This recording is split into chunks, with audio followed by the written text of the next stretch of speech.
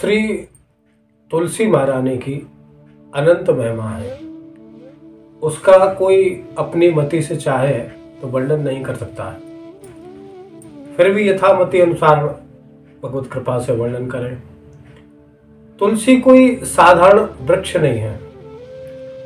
तुलसी भगवान की प्राण वल्लभा है और स्वयं श्री कृष्ण स्वरूप ही हैं तुलसी जी। हमारे संत कहते हैं कि तुलसी वृक्ष न मानिए, गाय न मानिए ढोर, ब्राह्मण मनुज न मानिए, ये तीनों नंद किशोर। तुलसी को साधारण वृक्ष ना समझे, स्वयं श्री कृष्ण रूप है, नंद नंदन रूप है। गाय जो है वो कोई पशु नहीं है। गाय को जो पशु समझते हैं वो स्वयं पशु है। गाय स्वयं श्री कृष्ण रूप है, हमारे शास्त्रों में वर्णन आता है। तो गाय स्वयं श्री कृष्ण का ही रूप है। उसी प्रकार जो ये ब्राह्मण है, भूमि के देवता है, ये स्वयं भी भगवान का मुख है, श्री कृष्ण रूप ही है। तुलसी महारानी की अनंत महिमा है, इसीलिए हमारे जितने भी वैष्णव हैं वो सब जो है तुलसी माँ की कंठी को अपने कंठ में जो है धारण करते हैं। गुरुदेव हमें कंठी प्रदान करते हैं। अब कंठी का भाव क्या है, कंठी क्यों धारण की जाती है? उसमें जैसे हम तुलसी पत्र भगवान के नैवेद्य में जब छोड़ते हैं तो भगवान उस नैवेद्य को, उस प्रसाद को ग्रहण करते हैं। बिना तुलसी के भगवान उस प्रसाद को ग्रहण नहीं करते हैं, जब तक तुलसी पत्र उसमें नहीं छोड़ा जाए। ठीक उसी प्रकार तुलसी की माला धारण करने का फल क्या है? जैसे भगवान तुलसी पत्र छोड़ने से उस नैवेद्य को, प्रसाद को स्वीकार कर लेते हैं, उसी प्रकार संत सद्गुरु हमको मंत्र दे करके कान में और तुलसी की माला प्रदान करके हमारा ये शरीर जो है भगवान के अर्पण कर देते हैं, कृष्ण अर्पण कर देते हैं। जैसे तुलसी का पत्र भोग में डाला, भगवान ने स्वीकार कर लिया, और तुलसी की माला गुरुदेव के द्वारा हमने कंठ में धारण की, तो ये शरीर भी भगवान के अर्पण हो गया। इसीलिए मान्यता है कि जो आवक्ष वस्तु है, जो मादक पदार्थ हैं, प्याज लहसुन और भी, तो ऐसी वस्तुओं को हमें नहीं खाना चाहिए तुलसी धारण करने के बाद, क्योंकि हम जो भी गले में तुलसी की माला धारण है, हम जो भी खा रहे हैं वो भगवान को ही अर्पण हो रहा है। कई बार स्थिति ऐसी होती है कि तुलसी के पत्र नहीं है तो कैसे भगवान का भोग लगाया जाए, तो उसमें विधान है कि तुलसी की माला स्पर्श करा करके ठाकुर जी को नैवेद्य हम लगा सकते हैं। तो वैष्णव को इन तुलसी जब धारण कर रखी है कंठी माला, तो व्यर्थ की जो मादक पदार्थ है उनको सेवन नहीं करना चाहिए। और तुलसी की माला धारण करने से हम परम वैष्णव बन जाते हैं। स्वयं भगवती तुलसी जब शरीर पर धारण हो जाए तो ये जीव जो है भगवान को अत्यंत प्रिय हो जाता है, हम भगवान के हो गए। कबीर जी ने बड़ी सुंदर बात कही कि देखो ये तुलसी की माला नहीं है। पूछा क्या है? बोले ये हम भगवान के दास हैं, ये हमारे गले में पट्टा पड़ा है। जैसे दो प्रकार के कुत्ते होते हैं, एक है पालतू और एक होता है फालतू। तो पालतू जो कुत्ता होता है उसकी पहचान क्या होती है? गले में पट्टा पड़ा रहता है तो लोग पहचान जाते हैं किसी का पालतू है, और यदि इसको हम कुछ कहेंगे तो इसका जो मालिक है वो हमको लड़ने आ जाएगा, उससे झगड़ा हो जाएगा। तो ये पालतू कुत्ता है, उससे कोई कुछ नहीं कहता है। परंतु जो फालतू कुत्ता होता है उसे तो महाराज हर एक कोई जाकर के डांट देता है, पीट देता है, डंडा मार देता है। उसी प्रकार भगवान के जो वैष्णव हो गए, जो भक्त भगवान का हो जाता है, श्री कृष्ण की शरण में जो चला जाता है, तुलसी की माला जिसके कंठ में धारण है, उसे फिर वो परम वैष्णव हो जाता है। फिर तो महाराज जैसे संसार के लोग छीन नहीं पाते, ऐसे बड़े बड़े देवता भी उससे डरते हैं, घबराते हैं कि ये भगवान का है, इससे दूर रहो भैया, ये परम वैष्णव है। कबीरदास जी कहते हैं, कबीर कुत्ता में राम का और मोती मेरा नाम, गले बिच डोरी प्रेम की, वो जित खेचत तहाँ जाऊं। ये उनकी उदारता है। संत कहते हैं कि हम तो राम जी के कुत्ता हैं, हम तो ठाकुर के कुत्ता बन गए, अब गले में पट्टा डाल लिया, अब उनके हो गए, अब वो जिधर खींचेंगे उधर जाना होगा। तो ये संतों की भाव है। तो कहने का तात्पर्य है कि तुलसी की माला धारण करने से हम भगवान के अर्पण हो जाते हैं। इसलिए संत जो है गुरुदेव कृपा करके तुलसी की माला हमें प्रदान करते हैं। और एक व्यक्ति था, वो कहीं जा रहा था, भक्तमाल में कथा आती है, तो संयोग से उसकी जो है मृत्यु हो गई और उसे प्रेत योनि में जाना था। और वो जैसी उसकी एक्सीडेंट हुआ, गाड़ी उसकी टकराई, तो वो गाड़ी से गिर के तुलसी के वृक्षों के ऊपर के जा गिर पड़ा। और तुलसी के वृक्षों के ऊपर जैसे ही गिरा, उसके प्राण निकल गए शरीर से, तो वो सीधा भगवान के धाम के लिए चला गया। और ये जो है, एक व्यक्ति उस दृश्य को देख रहा था, उसने देखा कि ये तो प्रेत बनेगा, बहुत बड़ा पापी था वो, कभी भगवान का भजन नहीं किया, कभी सत्कर्म नहीं किया, प्रेत योनि में जाएगा। लेकिन उसकी मृत्यु तो हुई, लेकिन वो भगवान के धाम को चला गया, विमान आया, विमान में बैठ करके चला गया। अब उस व्यक्ति ने देखा कि ऐसे कैसे हो गया, ये तो पापी है, भगवान के धाम को कैसे चला गया। तब उसने जब विचार किया, संतों से पूछा, तो पता पड़े कि तुलसी के वृक्ष के ऊपर गिरने से अंत समय में उसका जो शरीर था वो तुलसी के वृक्षों के ऊपर गिरा, जिसके कारण उसका उद्धार हो गया।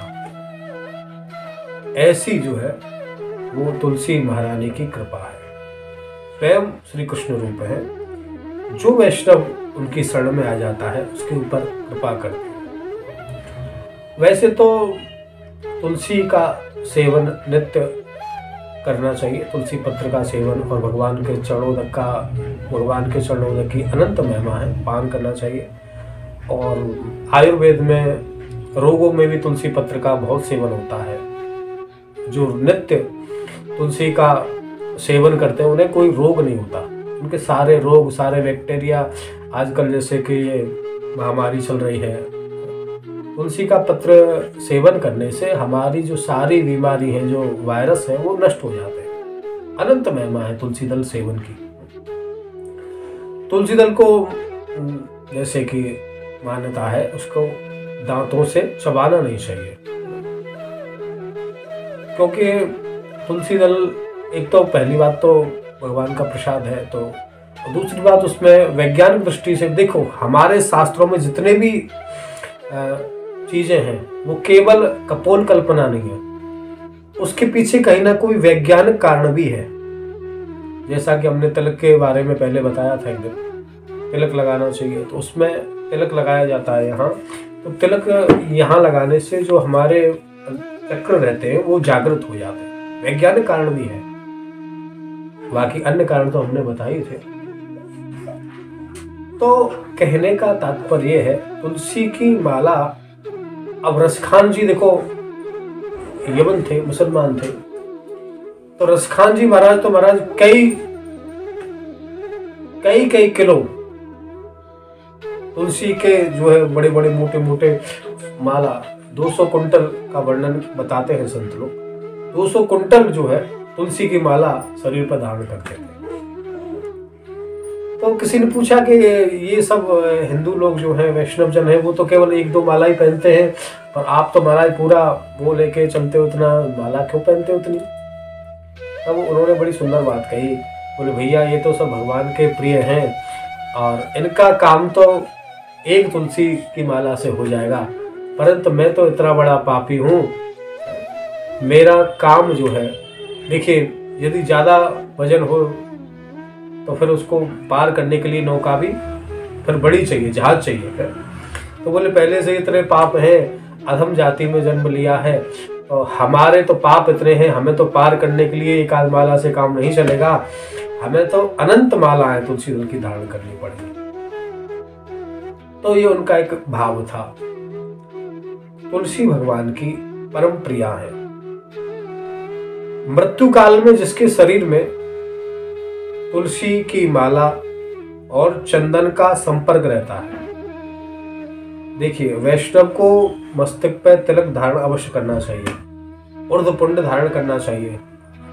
जब गुरुदेव मंत्र दीक्षा प्रदान करते हैं हमारे धर्म में, सनातन धर्म में, तो एक तो तिलक प्रदान करते हैं संप्रदाय के अनुसार, दूसरा तुलसी की कंठी प्रदान करते हैं और मंत्र प्रदान करते हैं। अंतिम काल में जब मृत्यु का समय हो तो हमारे मस्तक पर यदि गुरुदेव के प्रदत्त तिलक लगा हुआ है और तुलसी की कंठी हमारे गले में भगवती तुलसी महारानी विराजमान है, तो यमराज जब आते हैं, यमराज के दूत जब आते हैं, तो वो भी देख करके डर जाते हैं, वो भी प्रणाम करते हैं आकर के, बोलिए तो कोई वैष्णव है, भगवान का भक्त है।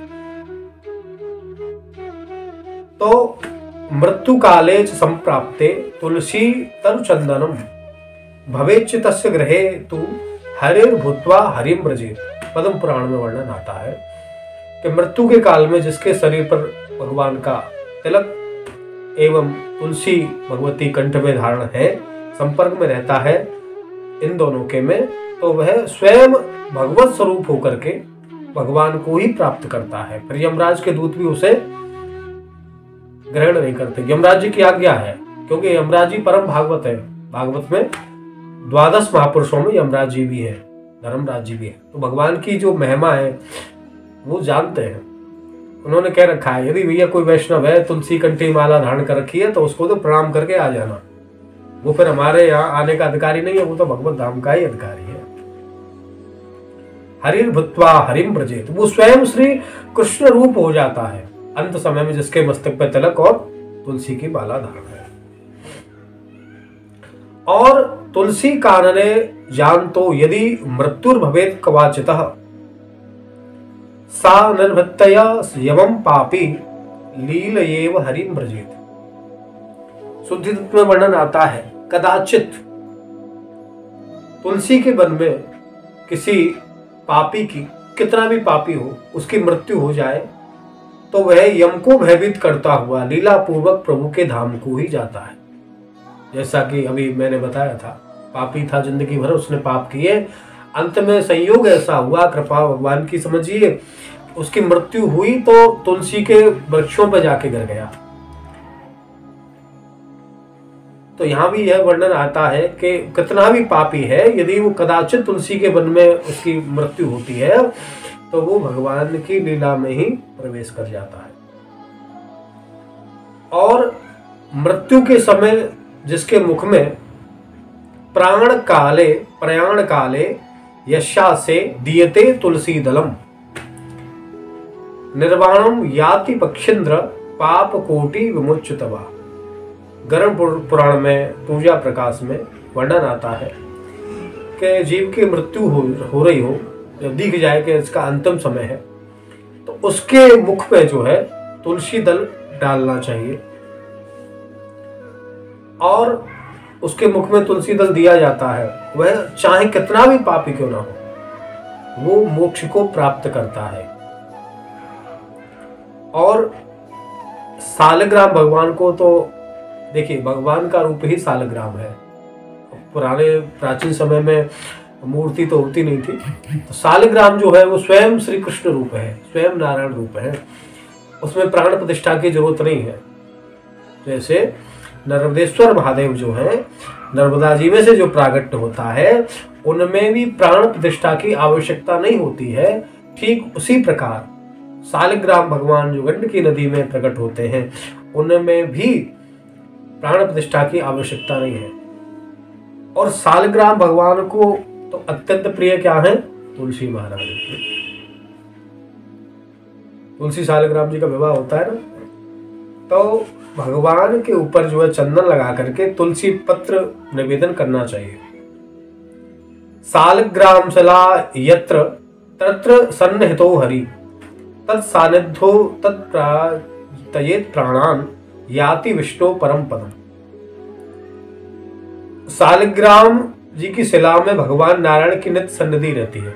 भगवान विराजमान है सालिग्राम जी में, और उनकी सन्निधि में जो अपने प्राणों को त्याग करता है वो परम पद को प्राप्त करता है। कई लोग तो तुलसी जी के नीचे ही, वृक्ष के नीचे ही सालिग्राम भगवान को विराजमान रखते हैं, और नित्य जो है तुलसी दल तोड़ करके सालिग्राम भगवान के ऊपर चढ़ा देना चाहिए। तुलसी दल जो है वो कई दिनों तक जो है बासी नहीं होता है, सूख भी जाए। कई तिथि ऐसी होती है उसमें, जैसे रविवार के दिन नहीं तोड़ना चाहिए तुलसी जी को, और भी कई तिथियां ऐसी हैं जिनको नहीं तोड़ना चाहिए, और एकादशी के दिन भी ऐसे नहीं तोड़ना चाहिए। कुछ तिथियों का वर्णन यहाँ शास्त्रों में है। उस दिन जो है तुलसी महारानी को दूर से ही प्रणाम करना चाहिए, तोड़ना नहीं चाहिए पत्र को।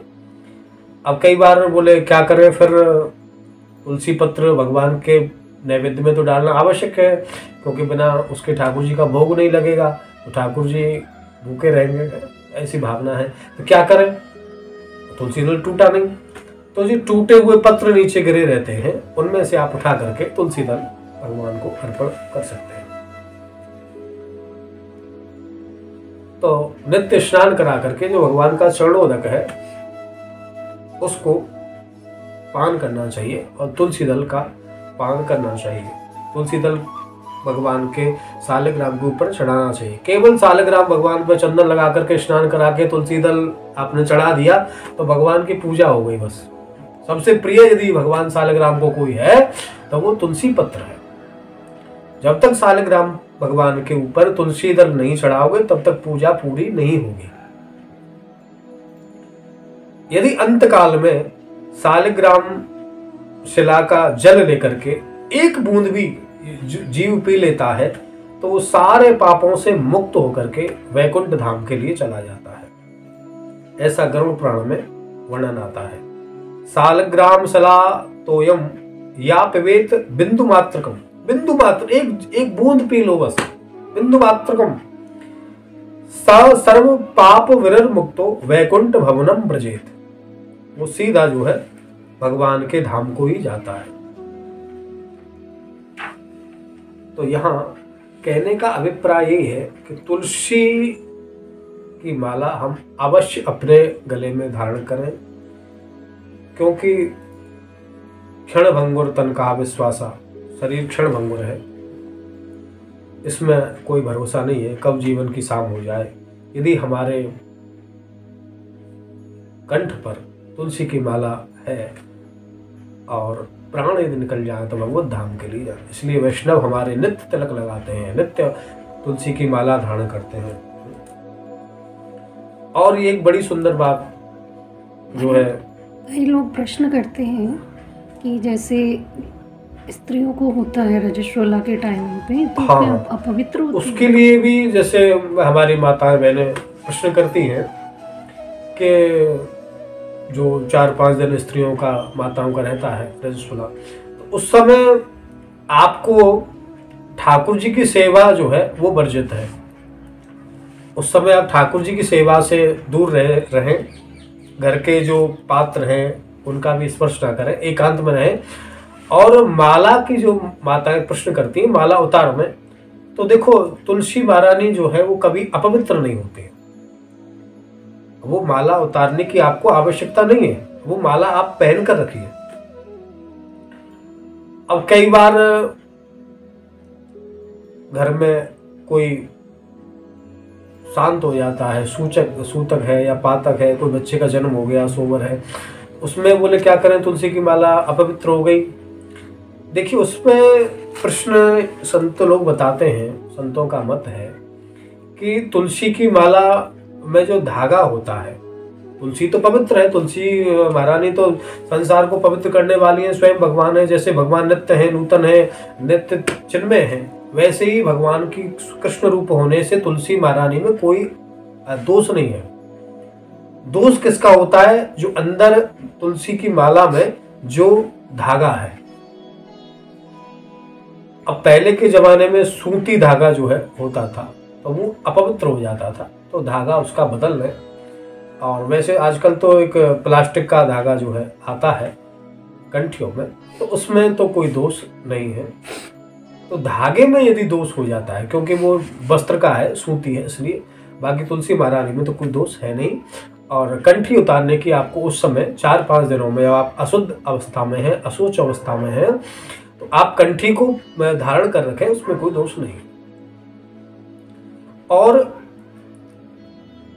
बड़ी सुंदर बात यहाँ एक लिखी कि अंत समय में जब दाह संस्कार होता है तो दत्त्वा तु तुलसी काष्ठम सर्वांगेषु मृतस्य च पश्चात यह कुरुते दाहम सोऽपि पापान् विमुच्यते।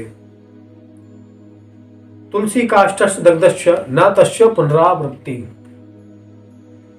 जब आदमी अपने प्राणों को त्याग दे तो उसका दाह संस्कार करते हैं, तो दाह संस्कार के समय तुलसी की लकड़ी सूखी, जो तुलसी महारानी सूख जाती है, उनका जो वो लकड़ जो है, वो लकड़ी इकट्ठी हो जाती है, उसको यदि दाह करने वाले की ऊपर रख दिया जाए और दाह किया जाए तो ऐसा वर्णन है उसकी पुनरावृत्ति नहीं होती है। वो जीव फिर दोबारा इस संसार में नहीं आता है, उसकी मुक्ति हो जाती है। तुलसी काष्ठ दस्य न तस्य पुनरावृत्ति, वो फिर दोबारा संसार में लौट करके नहीं आता है। जैसे चंदन की लकड़ी लगाते हैं ना, उसी प्रकार तुलसी की लकड़ी यदि लगाई जाए, उसको दाह किया जाए तो उसका उद्धार हो जाता है। तो तुलसी महारानी की जो है अनंत महिमा है, तुलसी पत्र की, तुलसी दल की। और तुलसी के सेवन से जीव जो है सारे पापों से मुक्त हो जाता है और भगवान का परम प्रिय हो जाता है। इसीलिए वैष्णव मात्र को जो है वो तुलसी की माला और तुलसी पत्र का सेवन करना परम आवश्यक है, जिससे कि उसका कल्याण हो सके। और वैष्णवों के लिए तो अत्यंत आवश्यक है, जिन्होंने गुरु मंत्र ले रखा है वो तो सब जानते ही हैं। जिन्होंने दीक्षा नहीं ली, क्या वो माला नहीं पहन सकते? नहीं, माला तो हर एक कोई पहन सकता है, माला में कोई दोष नहीं है, माला तो सब पहन सकते हैं। यद्यपि गुरुदेव भी जब मंत्र दीक्षा देते हैं तो माला स्वयं वो कृपा करके देते हैं, स्पर्श करके। बाकी माला पहनना तो इसमें कोई बंधन नहीं है, सबको पहनना चाहिए। तुलसी की माला और तिलक स्वरूप जो है सबको धारण करना चाहिए, इसमें कोई आपत्ति नहीं है। लेकिन एक बात है, तुलसी की माला जब हम धारण कर लें तो हमको जो मादक पदार्थ हैं, जो त्याज्य चीज है, वो हमें नहीं खानी चाहिए, उनका त्याग करना चाहिए। यदि हम उल्टा सीधा कुछ भी सेवन करते हैं तो हमें तुलसी की माला फिर धारण नहीं करनी चाहिए। तुलसी भगवान की परम प्रिया है, श्री कृष्ण रूपा है, इसलिए तुलसी की माला पहन करके इन सब आवश्यक वस्त्रों का सेवन नहीं करना चाहिए।